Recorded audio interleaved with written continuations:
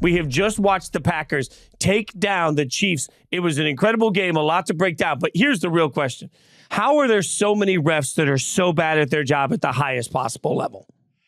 Look, I always stick up for the refs. I do, because the job is incredibly hard. Look, me and you, we've both been on the sideline for games. Other people listening probably have. It's not something everybody's done, but if you have, you know the game moves at the speed of light. I'm shocked that they get any calls right. And we saw way back during the replacement refs era how bad it can get, right? Like we saw that officiating it's hard to do. That said, oh man, every week we're getting missed calls, bad calls. In the last 2 minutes alone tonight, there were just egregious missed calls. I mean, and it started with that really, really bad roughing the passer, or whatever you want to call it, unnecessary roughness on Patrick Mahomes when he wasn't even out of bounds. He's trying to pick up extra yards. He's playing football still. Yes, he's near the sideline and he got hit really hard. That's not a flag. It is not a penalty to hit a quarterback hard anymore. Like that still is football, 15 yards there. Then you get kind of a makeup call after that on this horrible defensive pass interference that was missed downfield. I mean, clearly they're ahead of time. I mean, Terry McAuley on the NBC broadcast was busy man in those final 2 minutes, because then you had what I thought anyway, and the Packers' entire sideline did. Rashee Rice is going backwards, and they still stop the clock. The Packers' sideline is going apoplectic. I'm like, what's going on here? The clock's supposed to keep running. They stop the clock because you can't stop the clock when the ball carrier is going backwards, but that happened. And then the final play of the game, I don't know how you feel about that Hail Mary. There was clearly a shove. You can call it if you want. You're very rarely going to get that call. I remember the Buccaneers getting one on Gronk in 2020 against Vikings at the end of the first half. That's the last time I've seen it. But I mean, what do you do when the officiating is this bad, Fitz? Like, I mean, there's 4 calls I just called out right now in the final 2 minutes of a Sunday night game. A Sunday night is a key part of this because it's a national audience and everybody's paying attention to it, right? And here's the thing. The NFL fixes the problems they want to fix and fix them quickly. When there's a real issue, they come together and they say, hey, we're going to change this. My thing is, why have they not just figured out an eye in the sky? Like, to me, if there's anything we learned from the XFL process is that review can happen quickly. And yes, you'd have to have some really well-trained people that could look at things. Maybe they don't do it throughout the entirety of the game. But you can't tell me in modern technology that there isn't a way to have somebody up in the booth that buzzes down after a call like that out of bounds, or the roughing the passer call particularly, or the missed pass interference. There's got to be a way to buzz the hip and say, hey, we're reversing the call. I mean, at some point, we have to let technology find a way to help fix an issue that's fixable. If I see it's wrong, if Terry McAuley sees it wrong, if everybody watching the game sees it wrong, then you've got to have some sort of a fail. So this isn't the 80s where we just have to accept these things. We have to be better, which means we have to demand better, which means the league needs to put technology in place that allows better. Well, you know what the problem is, and I'm calling everybody out when they had the 1 year where we had pass interference was reviewable. Remember that? And everybody complained, oh, we can't get this right. We got to get rid of this. We can't. That's why we can't do that, Fitz, because they couldn't have reviewed that play on MVS when he got clearly interfered with, because you, the person listening here who complained about all those pass interference reviews that one season, you're the reason it's gone. I've always been for the Belichick model. And for people who are unfamiliar, it's very simple. You can review anything. Bill Belichick has always said this is the way it should be. You can throw your red flag 3 times during the game. And people, oh, the game's going to be 6 hours. You don't get any more challenges. But when you throw that review flag, you can say, look for holding on the left tackle. I saw it. That opens up a can of worms, and I get that. But right now, the way it's set up, they could not have reviewed the late hit out of bounds, which wasn't even out of bounds. They couldn't have reviewed either a pass interferences. Maybe, I guess they could have reviewed the Rashee Rice play that I'm up in arms about and probably need to see again. But a lot of this is that only certain things are reviewable, and they're judgment calls. And it really does, look, it's hard for the refs, because that MVS play, I didn't think it was obvious when it happened in real time. I'll be really honest with you. I thought maybe it was there on time. You watch the replay and it's obvious. Well, referees don't have vision that slows things down to slow-mo, so they got to make these calls in real time. It's very difficult, but because we complained so much about it, took away the ability of the refs to review things like pass interference. It's a really smart point by you because there's a bit of a boy who cried wolf aspect to officiating now. And I think the problem is it just continues to go down and down and down to every layer, right? Like every time I open social media, I see, well, there's a bias against this team or that team. Every time I look on Saturdays, it's like Big 12 refs were rooting for, like, it goes all the way down. So we have this conspiracy theory against every officiating call. And what that leads to is I don't think anybody's going to want to be a ref anymore. And at some point, you mentioned standing on the sidelines. I did one of those spring game officiating seminars at one point, and it's wildly difficult. Like I am the first to acquiesce. So the problem is if we about everything, then when we have an actual real complaint, it doesn't get heard the same way. So I think you're right. And part of it, we've got to start responding to these things as a society differently. We've got to stop, putting everything on the officials. But then we still have to be able to call them out when the calls are egregious. And I'll still maintain having somebody in the booth that is just there to be like, nope, that's clearly the wrong call. Like, I get what you're saying. But I agree. I think it's a smart point by you.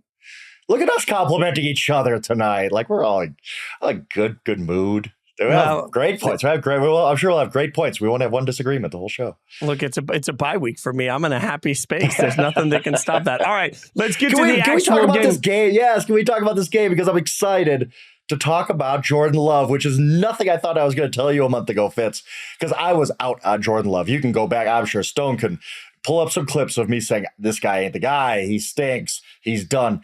Can you remember a quarterback who is gone in a month from basically everybody was out on him? Anybody can be a revisionist historian today. That's fine. I want to see what you said a month ago about Jordan Love. It probably wasn't good, okay? But I'll cop to it. I was out. They were 2-5, and this was a bad Packers team, and Jordan Love was awful. You saw him against your Raiders. He was bad in that game. Can you remember a quarterback in a month basically going from this guy is not going to be a starter in the NFL to, oh my goodness, do the Packers have another top 12 quarterback? I think while I was watching the game, I was thinking about conversations because you're right. After that Raiders game week, particularly, it was like, yeah, he's not him. Like to use the vernacular of the kids, he's not him, right? But I was watching. Not I thought, him at the university. Yeah. No, did not believe that. So then I'm looking at it, and I thought there were two things that stood out to me watching. And I got to go back and rewatch it, but in the moment, the two things that stood out to me was how aggressive he was with the ball and how well placed it was in that process. Like there's a difference between I'm checking down and I'm doing it accurate. I hit the right shoulder and I kept the guy away from the defender. Fine. We're talking about body moving one way, throw going the other way, tight windows, and aggressive down the field. Like he's got that swagger about him right now. There's a confidence to the way he's playing. And you're right. I looked at it and I thought, my God, like a month ago, I thought, well, the Packers better suck so they can get a quarterback. And now I'm looking at it saying, man, this is a young football team that is suddenly kudos to the coaching staff because the development of this team has been really staggering to look at. Yeah, I totally agree there. And the play that I highlighted in my game story that I posted on Yahoo was it's 4th and 1 in the third quarter. They're in plus territory, so they're going to go for it no matter what Chris Collinsworth says about what a gamble it is. No, it's right call.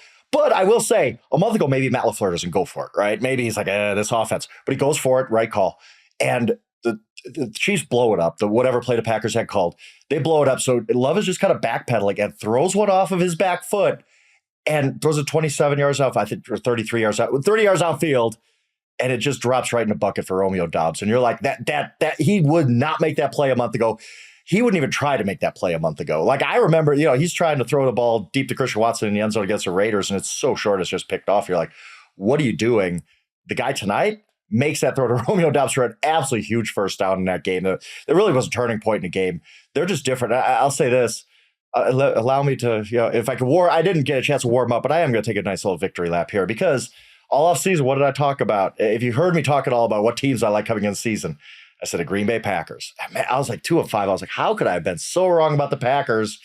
But as I joked on whatever they're calling Twitter these days, does Vegas accept torn up betting tickets? Because I got a ton of them that say Packers, yes, playoffs. I got a ton of them. They're sitting around here somewhere in scraps. I'm going to have to tape them together or something. Because the Packers are going to the playoffs. If you look at their schedule, and I know NBC showed it, their last 5 games, 5-0 is not out of the question. I mean, it's just because the schedule lines up that way. They do not play a team with a winning record the rest of the season.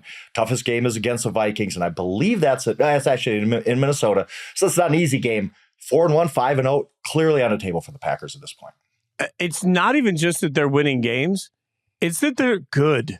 They look good. This is two teams, Fitz. The Broncos and the Raiders. I know the Broncos lost today, the Broncos and the Packers, who are like just a terrible football team. Nothing alike about them. No signs of life. And then you look up in a couple weeks, you're like, oh, that team just did a 180 out of the blue. Like what? It's this crazy NFL season. Absolutely insane. If I right now, I feel like if I could order a pie and send it to LaFleur's house, although pie's trash, I would walk up to LaFleur and I would send him the pie and be like, hey man, I owe you this, because I think there was a real conversation and a fair one to be had about what it's like to be a head coach when you don't have an MVP caliber quarterback. And early on, this didn't look particularly good. What you see now is an offense that has young weapons. Like I in my mind, I don't know why I feel like AJ Dillon's like 36 years old. He's 25, but he's 36. The way he was pounding the ball, moving his legs, running with guys on him, the way the receivers were finding the pockets against the zone defenses, it was pretty to watch. Like this offense was genuinely fun to watch. And the whole time I kept looking at it thinking, for years we've heard, well, we don't have the weapons here for Aaron Rodgers. He doesn't have what he needs. Looking around, I'm like, Jordan Love has what he needs. There just feels like a young core here that has exploded at the same time. It's dynamic to watch. The defense is opportunistic, plays really well, but this offense and the way they're playing right now, it's just a different team. It is a different team today than they were, and maybe a reminder to all of us that we got to be a little bit more patient when we're looking at what's good and bad in the NFL. What? I don't even know what that word means. Come on. Yeah, that's fair. Can't do that. We do a show every Sunday night. That's fair. Where are we now on the Chiefs, though? Were the Chiefs exposed? I was going to ask you. I mean, I just think that this, again, shows the Chiefs are beatable. Doesn't mean they can't win a Super Bowl. They can get on a roll. They got Patrick Mahomes, maybe the most talented quarterback I've ever seen. I'm not saying they can't win a Super Bowl, but unlike other years, you're like, yeah, they got to win 4 games in a row to win a Super Bowl if they're not the number 1 seed. I don't know if this team could do it. They're just very beatable. They're good. They're not great, but there's really only one team that's great in the NFL this season, and we'll talk about what they did in Philly today. Yeah, I think, Rashee Rice continues to become a really great story. Isaiah Pacheco, although he got himself kicked out of this game and is going to have a hefty fine. I forgot. We didn't even mention that play. We had a guy a starting running back kicked out in the last 2 minutes. We didn't even talk about it. For throwing a punch. Again, quick reminder, if you're wearing a helmet and somebody else is wearing a helmet, don't throw a punch. I look at all of these things, but the other side of it is the defensive side of the ball, guys are dropping like flies. They got to stay healthy, which is impossible to do. Oh, yeah. That was an impact in this game. But I think you've said it really well, and I'll double down on it. It's not that I'm not going to go out here and bet my house against the Chiefs and Patrick Mahomes. I'm not stupid. But I do think they're vulnerable. I think they're gettable. And it's the first time in a long time that I've thought they're gettable.